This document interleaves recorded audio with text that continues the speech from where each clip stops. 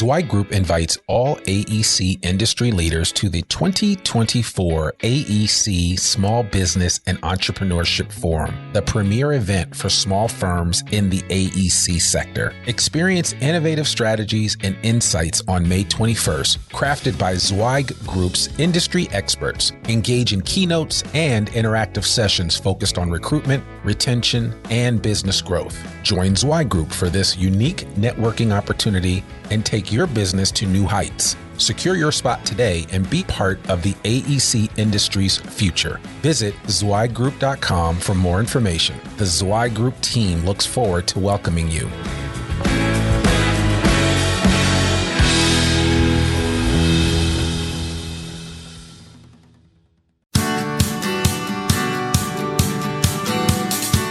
Welcome to the Zweig Letter Podcast, putting architectural, engineering, planning, and environmental consulting experts straight talk in your ear. These podcasts deliver great interviews with industry leaders and Zweig Group's 3 decades of invaluable research, leadership, management, marketing, client, and HR advice directly to you, free of charge. The Zweig Letter Podcasts let you develop personally and professionally, wherever you are.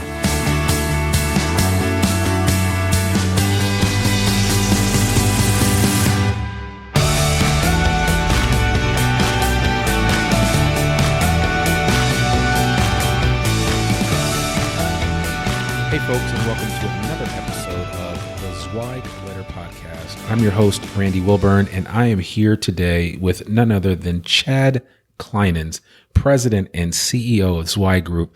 I finally have corralled him into a corner, that is, to sit down with me and talk for 30 minutes or so, and just to kind of get his feedback and to see how things are going. This is actually Chad's first full year as the president and CEO of Zweig Group. And, you know, it's a major undertaking for him as it is for Mark Zweig to hand over the reins and to just make room for Chad to put his fingerprint on this organization. And so, certainly Zweig Group is a place that is near and dear to my heart. And, I'm really excited to just be partnering up with him and all of his plans and his vision for the future, to serve the design industry the way that, he thinks would be most appropriate. And so wanted to just kind of sit down with Chad today and talk a little bit about that and talk about, just how things are going. And we've got some other things that we're going to share during this particular podcast, and really excited to have you guys joining us today on this podcast. You know, the Zweig Letter Podcast has been running now for almost 3 years straight, and we are up to almost 125 plus episodes of the podcast, which is kind of cool. And so we've got some staying power and some longevity. So again, we would not have that without you, the listener, giving us feedback and listening and sharing this podcast with any and everyone that will listen. So we really appreciate you, our listening audience. And without further ado, Chad, how are you doing today? Fantastic. Good. Well, it's good to have you. I wanted to just kind of check in with you just to see how things are going, and how has your first year of leadership as the president and CEO been here at Zweig Group. I know you have a lot on your plate, but I'm just curious to see what you think so far. Yeah, well, there's a lot of words that come to mind. It's not what you expect. It's humbling. It's an honor. It's a lot of work, but it's also very exciting. Yeah. I mean, we are at a very exciting point in our history, celebrating 30 years this year. And, you know, Mark Zweig has built a tremendous reputation and a brand through Zweig White and now Zweig Group.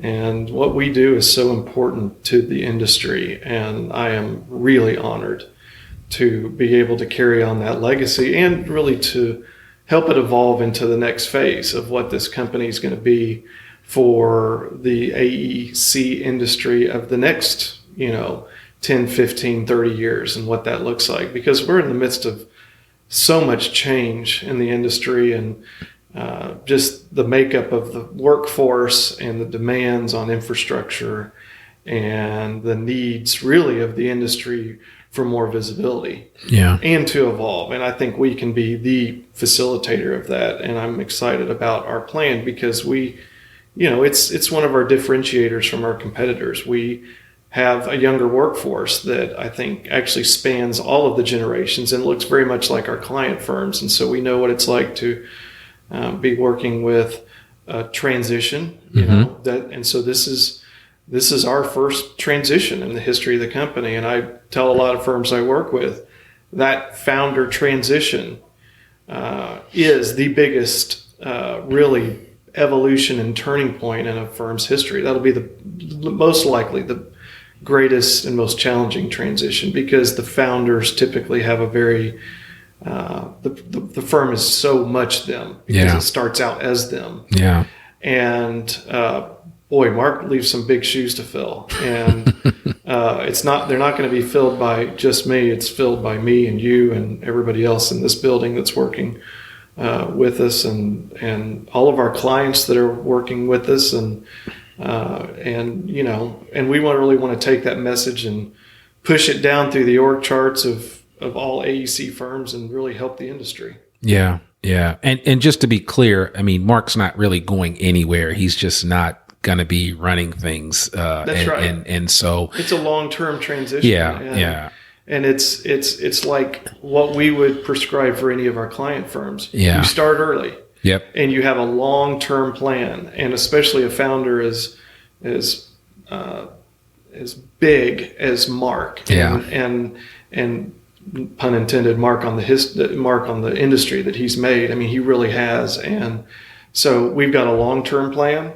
It's what we would say is best practices. We would also say that we're not immune from any of the challenges and difficulties in any kind of leadership transition, but it's also exciting and there's a lot of positive energy in Mark and me and the rest of the firm. Yeah.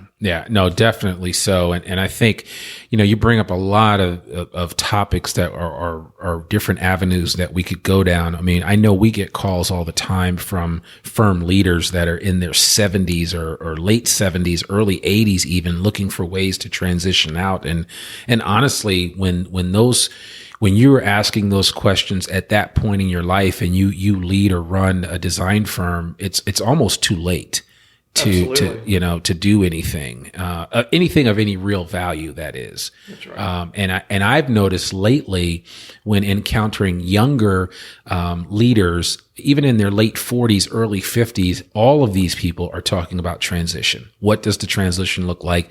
How do we set it up to make, a handing off or passing of the torch, if you will, as painless as possible so that the viability of the organization that we're running is intact and solid. Yeah, that's right. It's like a strategic plan in itself, long-term and then short-term goals.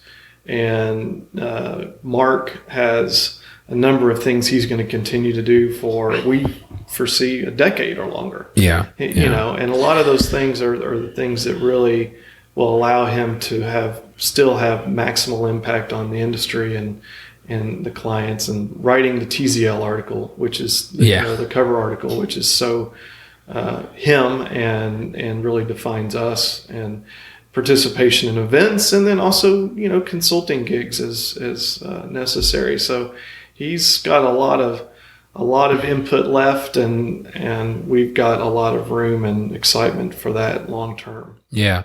Well, like you said, I mean, Mark has always said that, he has so many friends in this industry. I mean, there are people that he does business with, but they're also legitimately friends. Yeah. That type of relationship is invaluable. And I know you have a lot of our clients that are actually friends of yours, people that you go to basketball games with and do all kinds of stuff with, because those are the types of relationships that we try to build at Zweig Group, where we're not looking at any client from a transactional standpoint, but more from a relational one. That's right. Absolutely. Yeah. That is certainly one thing that I think sets him apart. And, I've got 5 years of this, and I look at my relationships compared to his, and I'm like, well, I've actually got quite a few over 5 years. Oh yeah, absolutely. And I've been in it 30 years, which I don't know if I've got 25 years left. But I hope to have a long list of friends. And I tell you, the clients that I've met and developed relationships with over the last 5 years, so many have become great friends. Right. And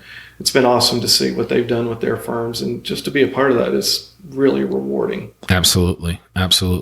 So, talk a little bit about, and I know that this came up recently, this kind of conversation that we're having now actually came up recently in one of our newest events, that's part of the training program and the seminar offerings that Zweig Group has. And I think that would be the CEO Roundtable. And I think a lot of this happened during that event. And I think it was in Louisville. I believe there was some bourbon involved and and some other things. Quite a bit. Yes. And bourbon tasting, that is. So, but mind you, there were some pretty high profile individuals in that room, leaders of a lot of very successful design firms. And I would imagine that they echoed a lot of what you had just mentioned here on this podcast. Yeah, that was a very successful event. The original generation of Zweig White did CEO roundtables, and we had not done one with the current generation. And we partnered it up with something that's kind of a passion of mine, and that is not necessarily drinking bourbon, but just bourbon country. I love Kentucky. I love the Kentucky horse racing and the bluegrass and everything. And so what we did is we partnered it up with bourbon tastings at some of the best distilleries. And I'm not sure what drove the registrations, the need for CEOs to attend an event together or to go drink bourbon, or maybe both. But yeah, the event sold out in a number of weeks. Right. So we immediately knew we had something that CEOs really need, and that is an outlet and an inlet. They need a place to share what's going on and get input, because it can be lonely at the top. It can be. It's who do you turn to? And it was a great event, an entire day of traveling around Kentucky and sampling bourbon, but really it was more of networking and getting to know each other, and lots of relationships formed there and great ideas shared. And then a full day of a formal roundtable where we discussed, I believe it was 12 topics, each with 15 minutes each. And the topics were chosen by the CEOs, and it spanned everything from ownership transition to, software platforms. So it was from the macro to the micro. Okay. Wow. That's amazing. So yeah, the feedback that I got from some participants was that it was a game changer. So that's exciting. Yeah. So we've got another one actually in November that we just rolled out a couple of weeks ago. I heard in about Kentucky, that. Really, because we had a number of people that were just unable to attend the last one, either because it was sold out or they just had conflicts. Yeah. So yeah, we already have registrations rolling in for that one, and then we're going to do another one in a themed a bit different. So instead of bourbon country, I believe the one in 2019 will be racing. Okay. So racing cars. Yeah. And talking strategy. That sounds like fun. I may have to work my way into that one for sure. Well, yeah, and we'll certainly put some information in the show notes about the CEO Roundtable and the upcoming event that will be taking place in November, as Chad mentioned. So all of the information that we discuss here on this particular podcast episode, as with any of our podcasts, will be available online, and we'll provide show notes for these so that you guys have access to the links or anything that we mention here on the podcast.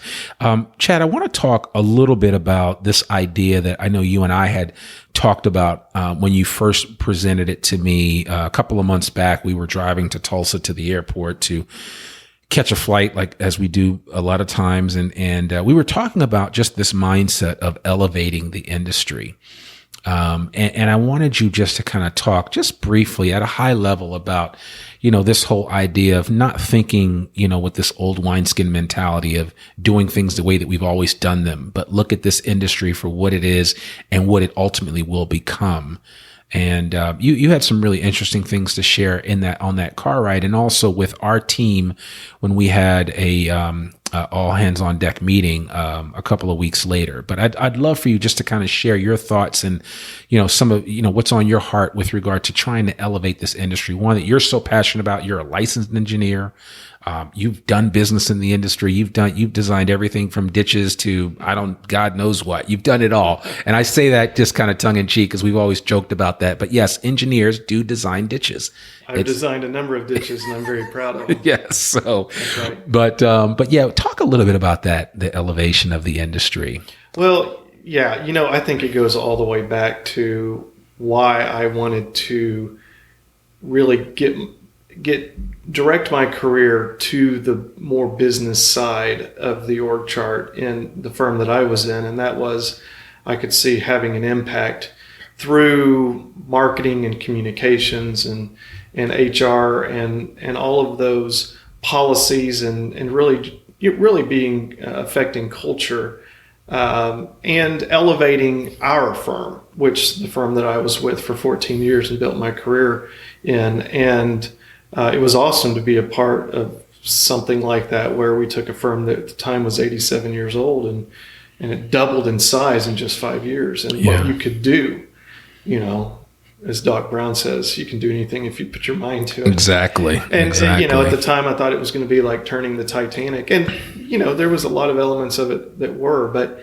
it was really went all the way back to when I went back to business school and I wanted some additional knowledge of how I could elevate the industry. And it was really, I think, further inspired by a conversation I had with a mentor and dear friend of mine, late friend, Brock Johnson, who said one time in a meeting, he said, Chad, they don't make TV shows about engineers and architects. All the TV shows are about cops and lawyers and doctors and ER rooms and where all the drama is. But what we do is so important.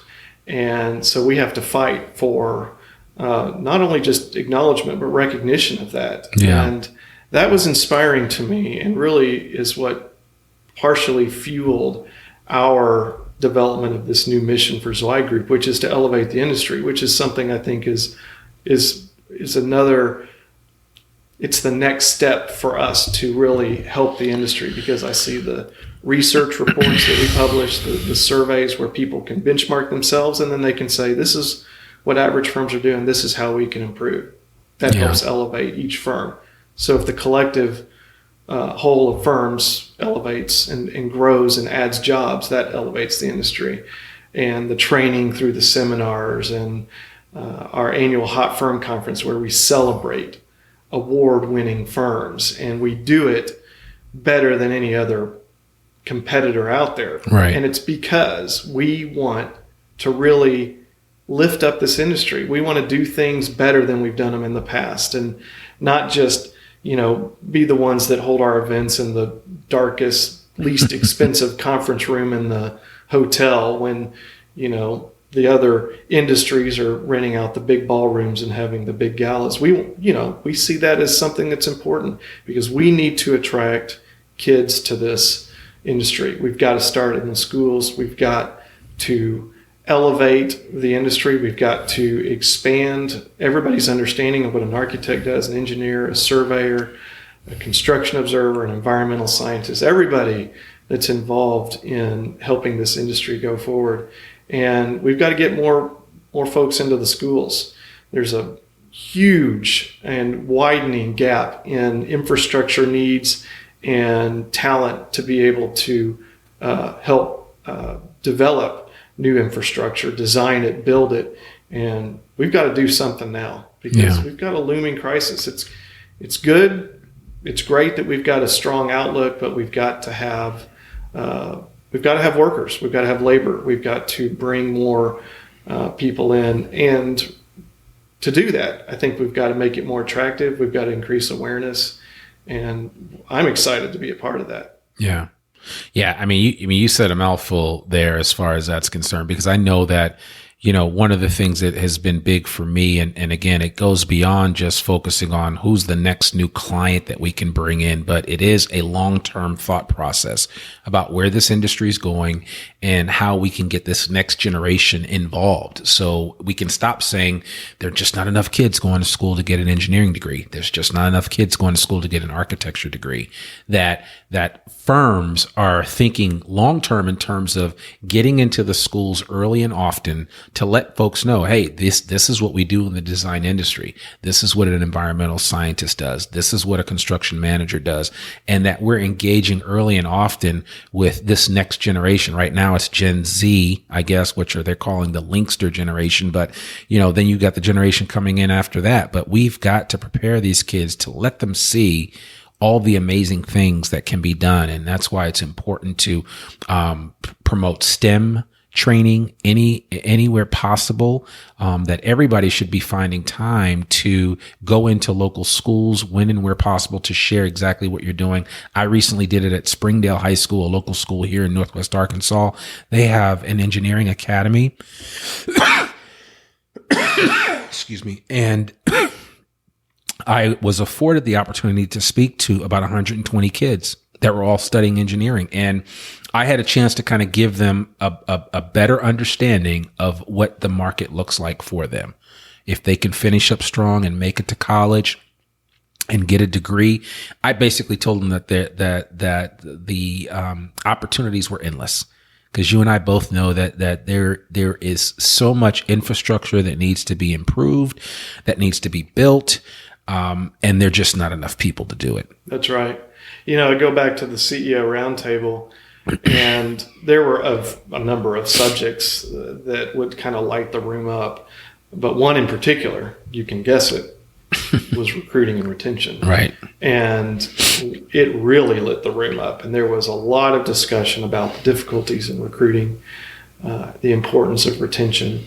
And then the conversation naturally went to this upcoming and kind of, again, widening gap between the demands that are out there and the ability of labor and talent to get it done.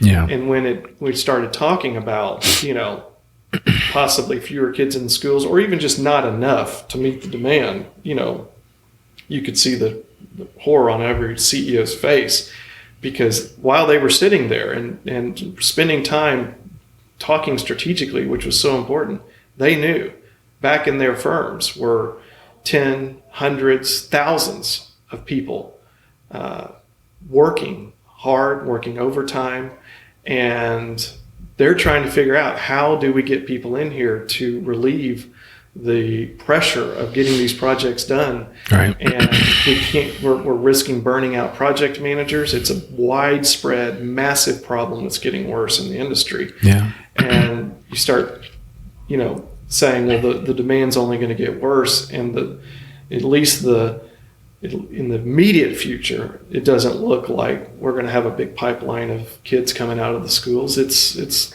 kind of terrifying. Yeah. But we had CEOs in there that were leading firms that are, everywhere from 20 to 30 people all the way up to multiple thousands. So small firms and big firms alike, it was, you could see so many of the issues that they're all feeling that then just kind of does bring them together. And then the conversation naturally went to this elevate the industry. And so I just sat back and listened to it, because I thought, wow, this is something we're already working on, and I can just see the interest in it without even planting the seed here. Yeah. Yeah.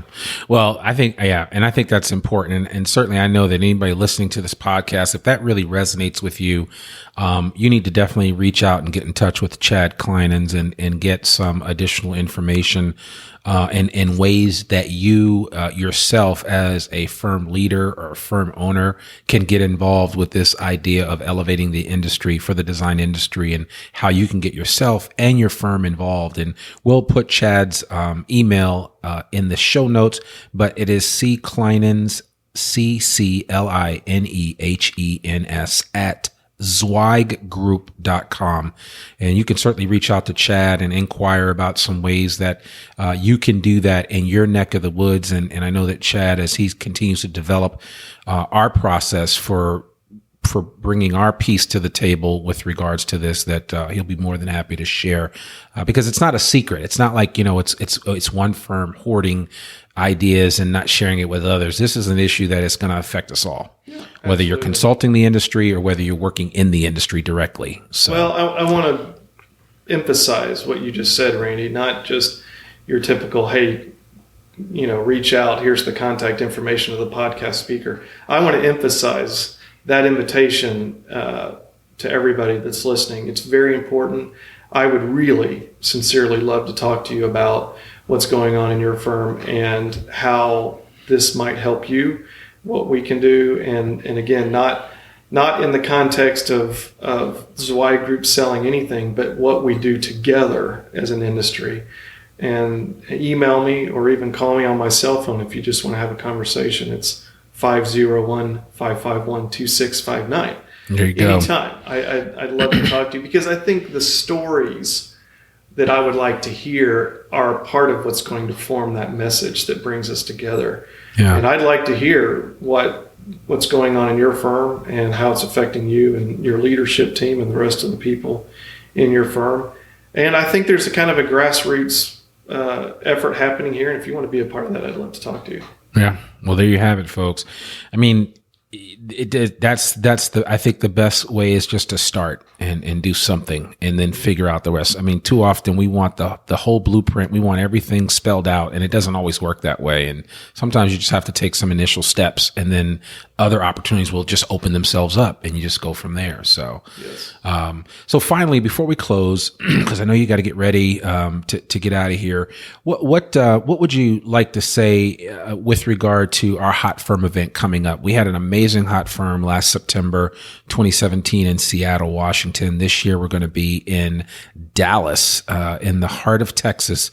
We will be in Dallas, Texas, the third week in September. But I would just be curious to know your initial thoughts about this upcoming HotFirm Industry Awards Conference, and if you had some thoughts about that. Absolutely. I know a lot of the folks listening have had an opportunity to go to a number of industry events, and if their experiences like mine, a lot of them are the same. We've worked really hard to differentiate our HotFirm and AE Industry Awards Conference, and really what it is it was at least initially modeled after the Inc. 500 conference. And so not industry specific, all industries out there, fastest growing firms in the world. And it's, 2 days of speakers and then the Black Tie Awards Gala. So we modeled our event initially after that. Well, it's really evolved. And so now, even though HotFirm is the list of the top 100 fastest growing firms in the industry, which we say is far more important than the top 100 largest firms. Right. We want to be growing, because Yeah. that means something's happening. That's a powerful recruiting tool. Lots of good things that you can tie on to that. But best firms to work for, which a lot of people don't realize, we actually get 13,000 responses in our best firms to work for survey. Wow. Which provides us 1.6 million data points on everything from benefits to practices to culture. And you get to learn about that at HotFirm. We've got panels of the best firms to work for. We've got panels of the fastest growing firms that have acquired other firms that have done it organically, best practices and everything from management to marketing to HR to financial management. And so it's, a day and a half of those sessions, some great keynote speakers, not just from the industry though, some others that are a little bit outside the industry that provide inspiring stories. And then this year, a little bit different, we're going to spend Friday afternoon at Top Golf, the original Top Golf, actually in Dallas. Yep. And if you know anything about Top Golf, they're expanding like crazy all over the There's US. one coming here to Northwest Arkansas. We're very excited about. Yep. So instead of spending Friday afternoon in sessions, we're going to go to Top Golf and have a great time. And then Friday night is our Black Tie Gala, and we do it up differently than any awards ceremony out there in the industry. I can tell you, it's a lot of energy, music, fun. We give a lot of awards out, but we do it efficiently, and we celebrate fastest growing firms. We celebrate the best firms to work for. We celebrate marketing excellence. Our Jerry Allen Courage and Leadership Award winner, which is something near and dear to my heart, and many of us here at the firm. And we just celebrate all the good things about the industry. So you'll never attend a more positive event than HotFirm. I know, because I attended a lot during my career, and when I went to my first HotFirm, I was like, wow. I want to be a part of this, and now I am. Yeah, exactly. You are sometimes a little bit more than I want to be. You want to be, right. So, but it's super fun. It's a great event, and we're going to be in Dallas, Texas this year. Yeah. Which, I mean, Dallas is the place we're seeing growth and expansion and opportunity there like we've never seen. In 30 years.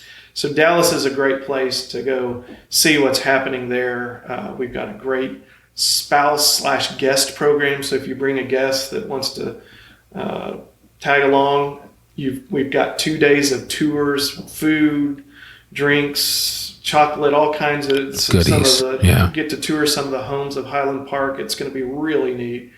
And so it's a great time at the Fairmont Hotel in downtown Dallas. There's tons of restaurants within walking distance, and the Fairmont. They just do such a fantastic job. And we had our last event at a Fairmont Hotel in Seattle, and it was outstanding. Every time we do one at a Fairmont, we just get rave reviews. People really enjoy their time. So it's a great event for couples. It's a great event to bring your entire team. This year we have discounted tables of 8, so you can bring your entire team and have a whole table to yourself. And that we started doing that last year, and this year we've expanded that, and it's neat to kind of see that camaraderie and that energy that gets developed by a team coming together, celebrating a year's worth of accomplishments. I mean, and there's nothing like a leader, identifying several key individuals in an organization and just bringing them all and saying, it's another way to say thank you to your best performers and letting them know how much they matter to you. Absolutely. So, well, there you have it, folks. You've heard it directly from the horse's mouth, Chad Clinehens himself.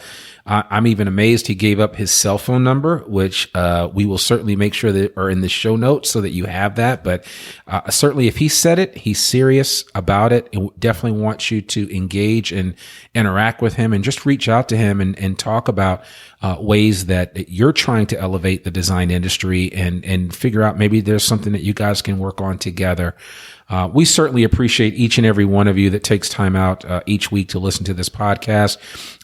This is just another example of what we're trying to do to separate ourselves from everything else and all the noise that's out there by trying to bring you some content that matters at the end of the day. So we really appreciate you listening, and wanted to just share this one piece of information. And as we let Chad go, Chad, thank you so much for being on this podcast. And we're going to get Chad back more often.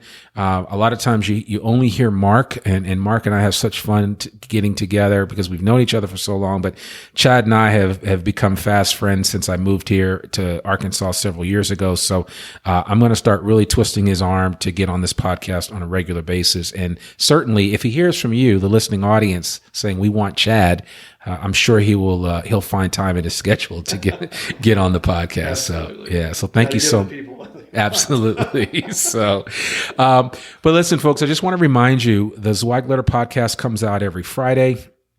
We try to come out every Friday at around noon time is when the podcast comes out. Please share this podcast with your friend. Remember, sharing is caring. And also, because I hate to come into anyone's house without bearing gifts, I've got a gift for you. And that gift is simply a free subscription, digital subscription to the Zweig Letter newsletter. It's a newsletter that has run continuously since 1992.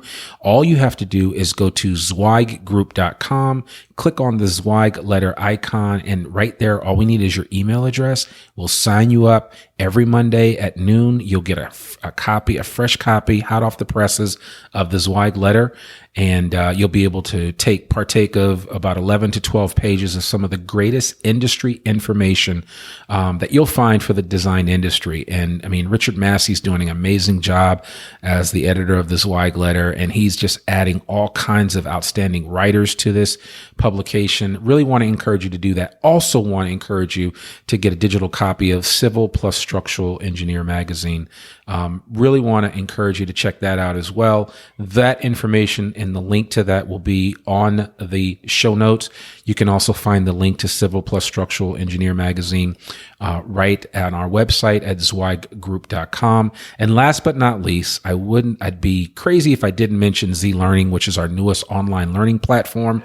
You can get continuing education credit classes online in the comfort of your home on an iPad, so you can watch on a plane, on a train, on a boat, wherever you are, wherever you're going on vacation, you need to get a couple of additional continuing education hours done. Z Learning is your choice. Visit zweiggroup.com/Z Learning for more information, and you can purchase your classes right there. Several new classes will be coming online in the very near future, and we welcome your feedback with any thoughts about different topics that you'd love to see in a Z Learning on the Z Learning platform. So again, I'm your host, Randy Wilburn, and we really, really appreciate you. I used to say we exist to make you more successful, but right now, what I am going to say and what I'm going to continue to say as I sign off of these podcasts is that we exist to elevate the industry, the design industry, that is. And so with that, I bid you adieu, and I will see you next week. Over and out. Thanks for tuning in to this Zweig Letter podcast episode. If you want more wisdom and inspiration, in addition to information about M&A, strategic planning, HR, and marketing your firm, subscribe now to the digital version of the Zweig Letter free of charge. Just visit thezweigletter.com/subscribe and leave your email address. Your free subscription will begin immediately.